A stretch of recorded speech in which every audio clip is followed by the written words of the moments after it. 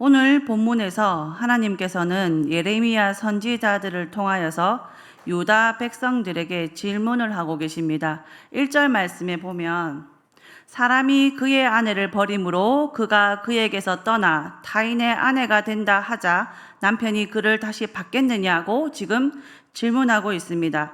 이때 말씀을 듣고 있는 유다 백성들이 무엇이라고 대답을 합니까? 1절 상반절에 그들이 말하기를 이라고 말씀하고 있습니다. 다른 번역본에 보시면 세상 사람들은 말하기를 이라고 번역하였습니다.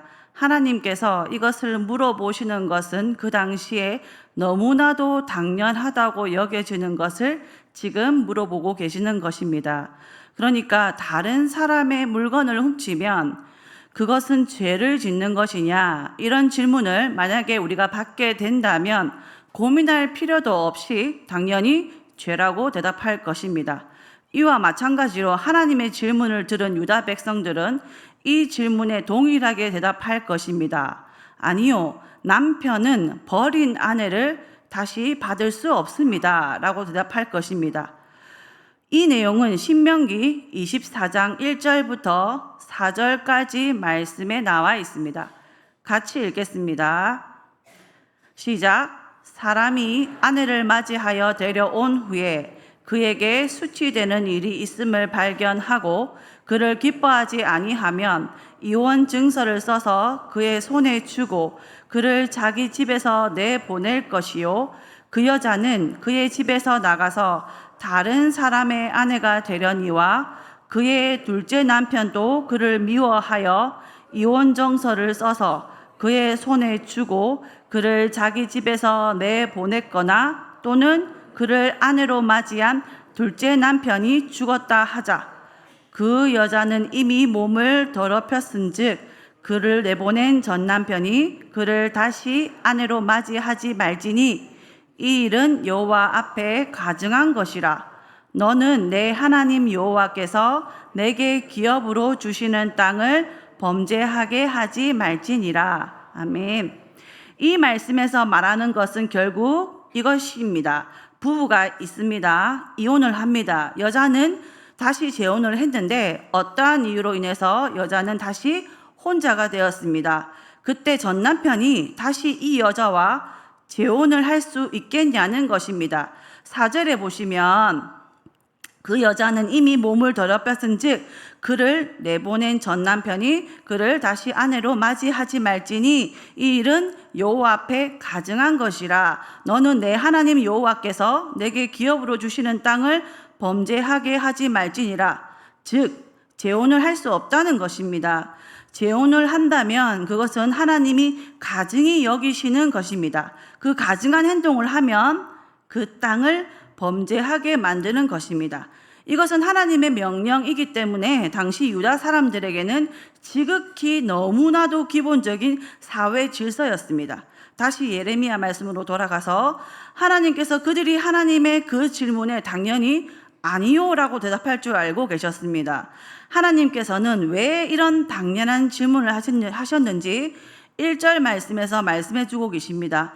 1절 하반절 말씀을 보시면 그런데 너는 많은 무리와 행음하고서도 내게로 돌아오려느냐. 이것이 바로 하나님께서 유다에게 하고자 하시는 말씀이었습니다. 유다는 하나님께서 택한 백성입니다. 그리고 유다는 하나님의 순결한 신부와도 같습니다.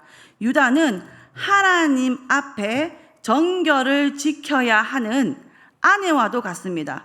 그러나 유다는 신랑이신 하나님을 버리고 남편이신 하나님을 배신하고 다른 이들과 음행을 저질렀습니다.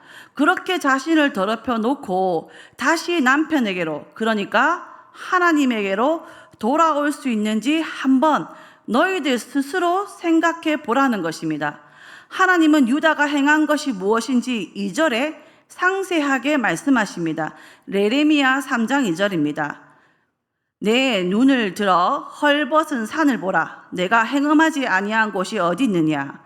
여기서 이 헐벗은 산은 우상을 섬기고 있는 그 산당을 의미합니다. 특정 산을 지목하지 않으셨습니다. 지금 너희가 눈을 들어서 볼 수 있는 주위에 흔하디 흔한 이 산에서 너희들은 우상을 섬겼다는 것입니다. 그러니까 유다 땅에서 우상 숭배가 너무나도 만연해 있다는 것을 말씀하시는 것입니다.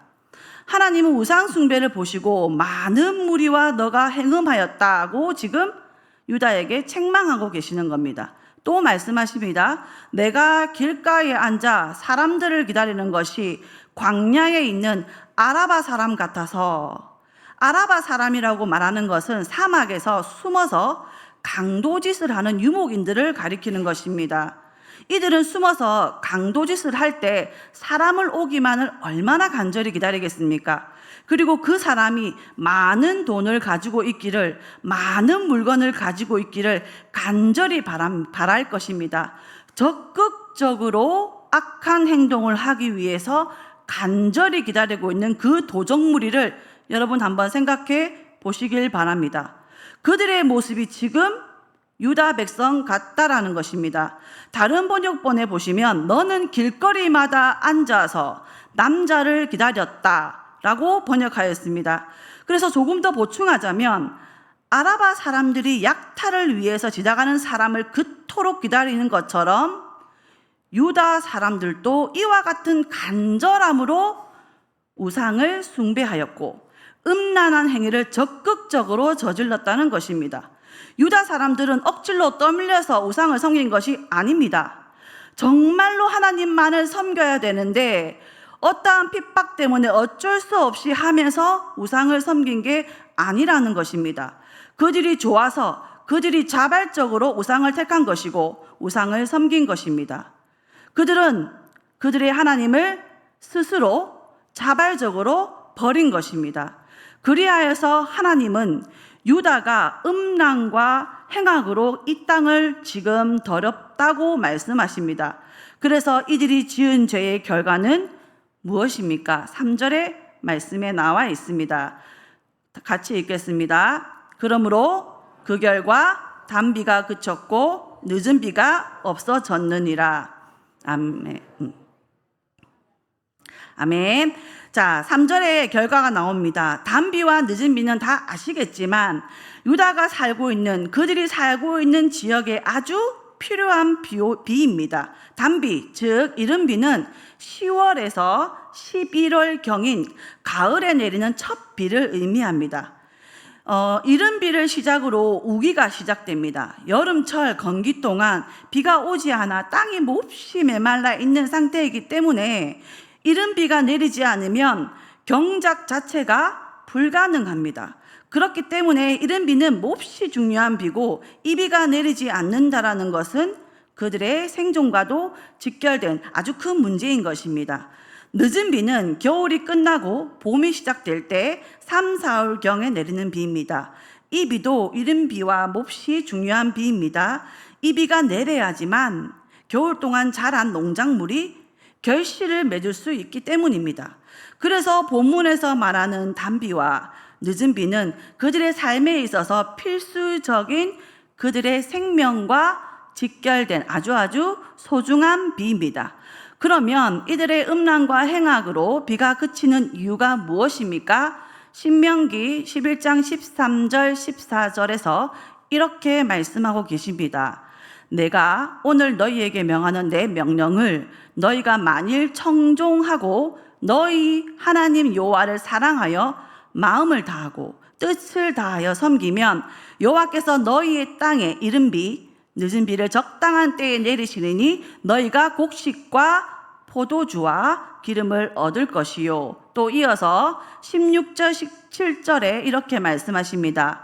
너희는 스스로 삼가하라. 두렵건대 마음에 미혹하여 돌이켜 다른 신들을 섬기면 그것에게 절함으로 여호와께서 너희에게 진노하사 하늘을 닫아 비를 내리지 아니하여 땅이 소산을 내지 않게 하심으로 너희가 여호와께서 주신 아름다운 땅에서 속히 멸망할까 하노라.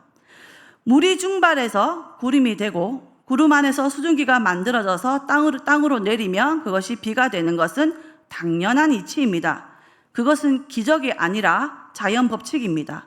그러나 이것 때문에 자연 법칙이 되고 당연한 세상의 이치가 되는 것은 하나님이 그렇게 만드셨기 때문입니다. 원래 있었다는 것은 존재하지 않습니다. 원래라는 단어 또한 하나님 때문에 존재하는 단어인 것입니다. 우리가 누리고 있는 지극히 당연한 그 모든 것들이 바로 하나님으로부터 온 것입니다. 그렇기 때문에 우리가 누리고 있는 이 모든 것이 하나님의 은혜라고 할 수 있습니다.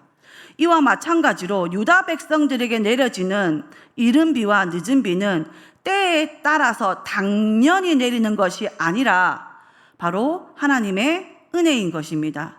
하나님께서 이 비를 그치게 하신다는 것은 하나님의 은혜를 이제 거두시겠다는 그런 의미입니다. 은혜로 살아가는 자들에게 은혜가 사라진다는 것은, 하나님께서 은혜를 거두신다는 것은 결국 살아갈 수 없는 것, 죽음과도 마찬가지입니다. 자신들의 잘못으로 죽음을 당면하게 된다면 그에 따른 반응은 어떠해야 합니까? 당연히 하나님께 회개해야 합니다. 주님께 용서를 구해야 합니다. 그러나 유다 백성들의 모습은 어떻습니까? 3절 하반절 말씀입니다.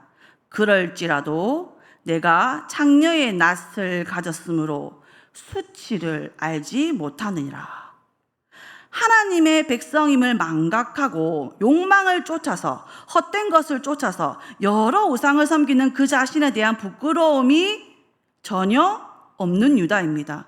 그런 유다에게 분명히 너는 행음하였다, 너는 음란을 행악하였다, 단비가 그치고 늦은 비가 없어진 것을 보고 너의 수치를 깨달으라고 말씀하시지만 유다는 그것이 수치인지도 모르고 여전히 음란과 행악을 일삼고 있습니다.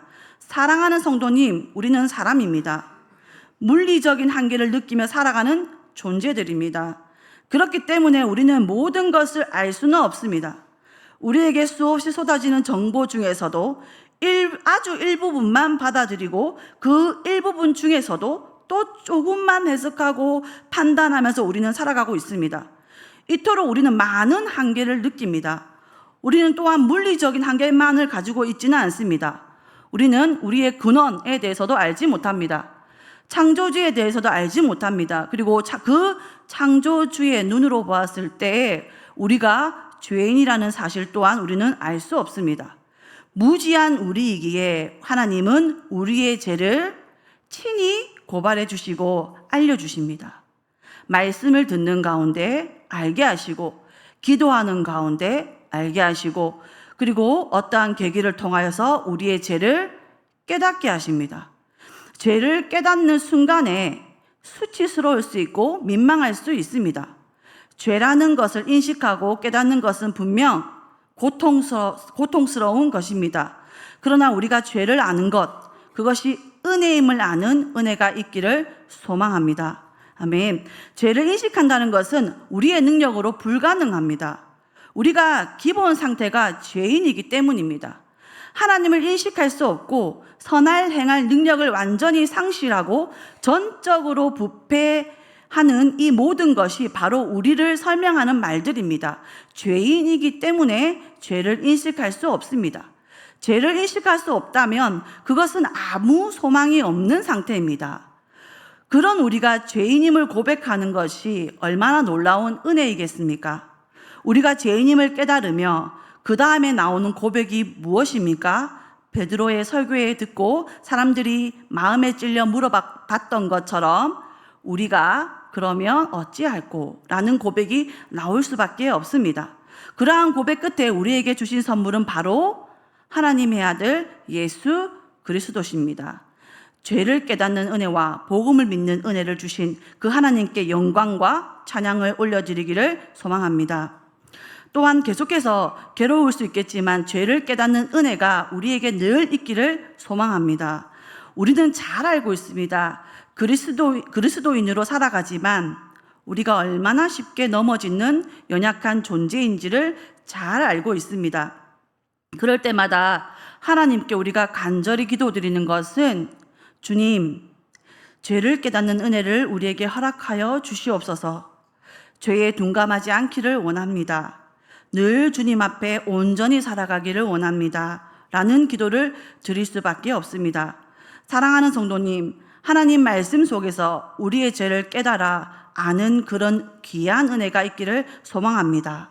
아멘. 죄를 깨달았다면 이제 어떻게 해야 할까요? 오늘 본문 배경은 요시야 왕의 개혁을 감행하고 있을 때인 것 같습니다.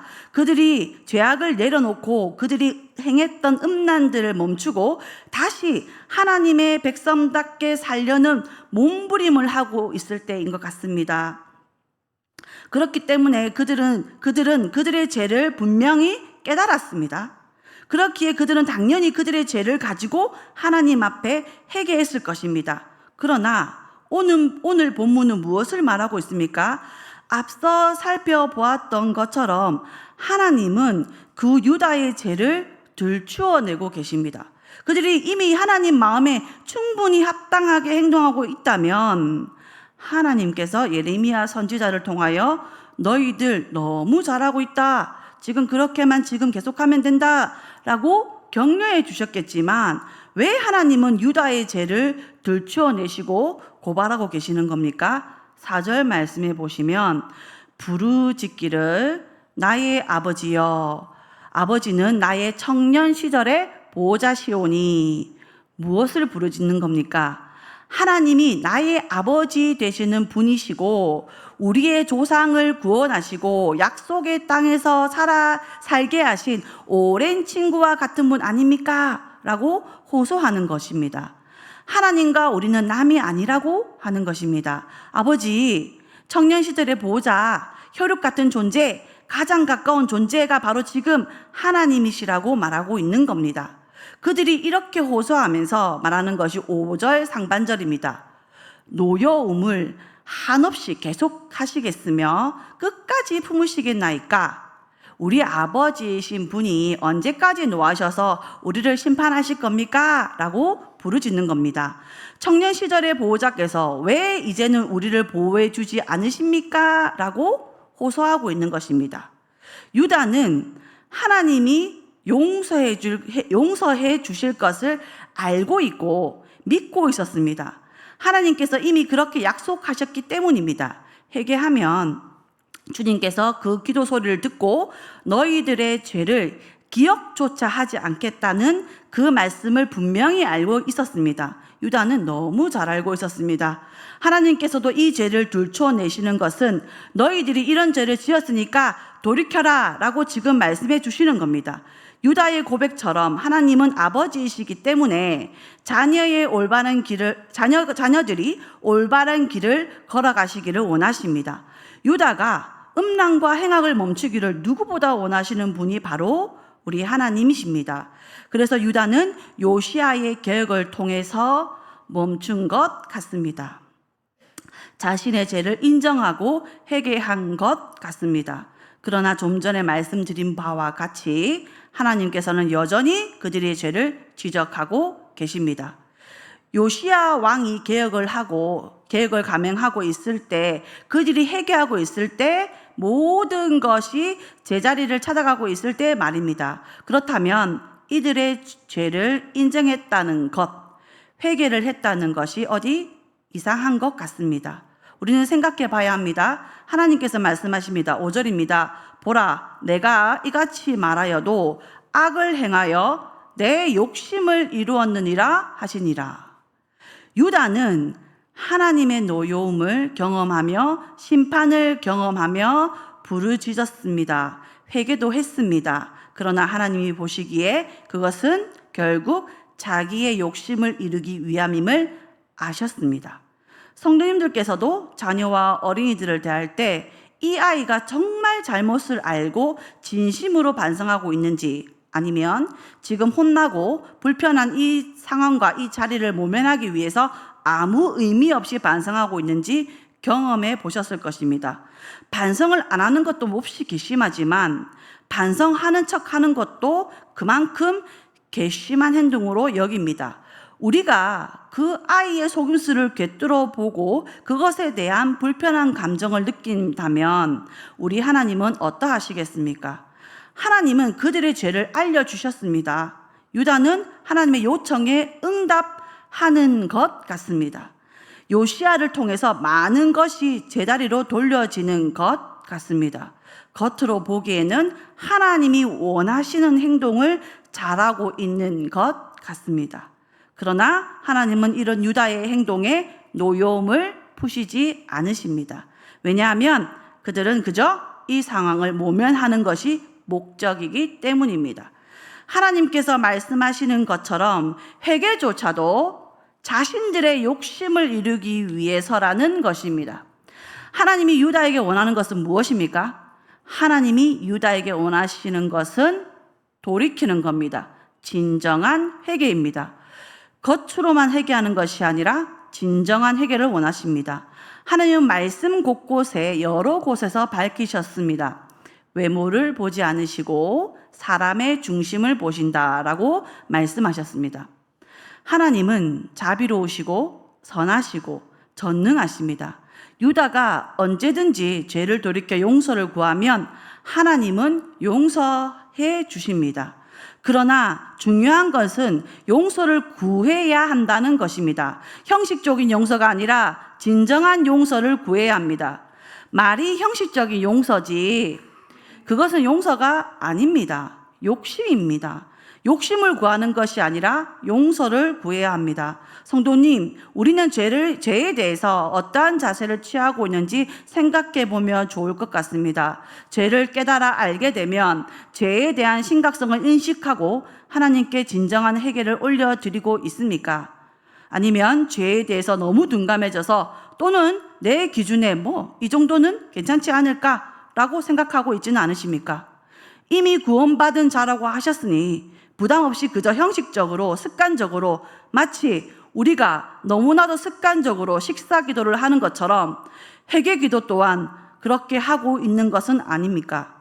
우리에게 은혜로 죄를 깨닫게 하셨다면 그 죄를 진정으로 회개하는 은혜가 있기를 소망합니다. 죄에 대해 죽기까지 싸우고 또 괴로워하는 은혜가 우리에게 있기를 원합니다. 그렇다면 진정한 회개라는 것은 무엇입니까? 우리의 가슴이 뜨거워져서 불을 토해내는 것과 같은 회개 기도를 드리고 눈물을 펑펑 흘리고 목이 쉬도록 부르짖고 그런 것이 회개 기도고, 그렇게 회개 기도를 하고 집으로 돌아갈 때 내가 부르짖고 회개했던 죄를 짓는다면 회개한 것이 아닐 것입니다. 우리는 회개라는 것은 그저 내 감정을 쏟아내는 것, 진정성이 있는 내 감정을 하나님께 보여드리는 것을 진정한 회개라고 하지 않습니다. 용서를 구하고 결단했지만 그 결단에 합당한 삶을 살아가려는 노력이 없다면 그것은 진정한 회개가 아닙니다.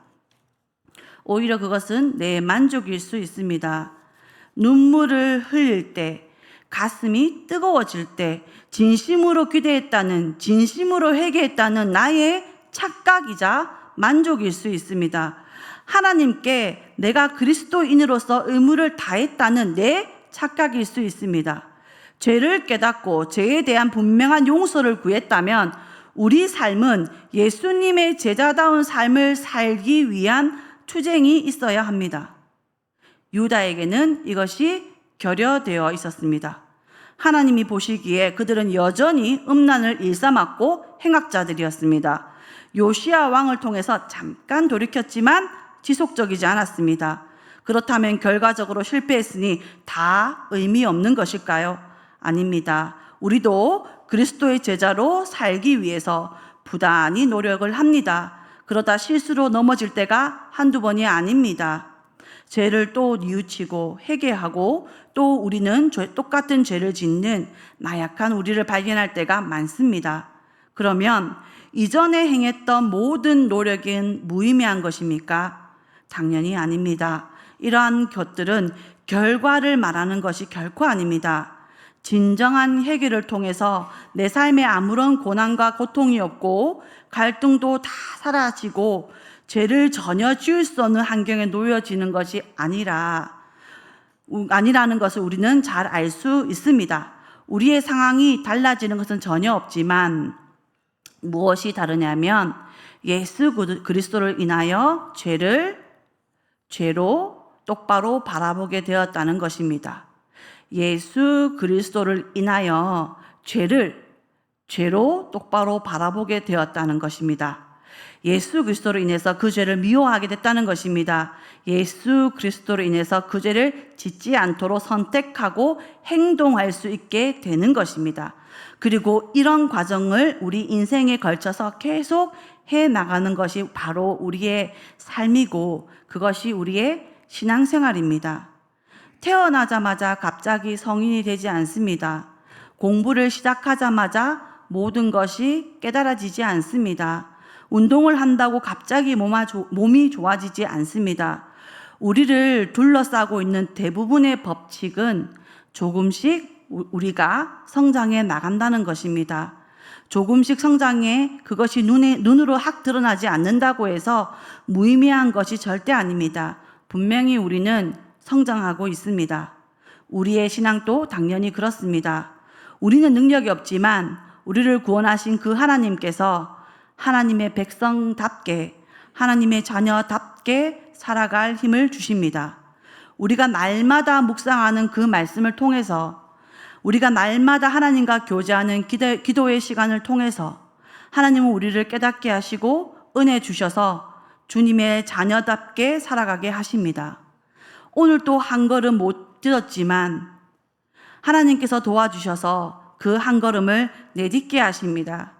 오늘은 화를 못 참았지만 하나님께서 은혜 주셔서 내일은 한 번 더 참아 볼 수 있게 하십니다.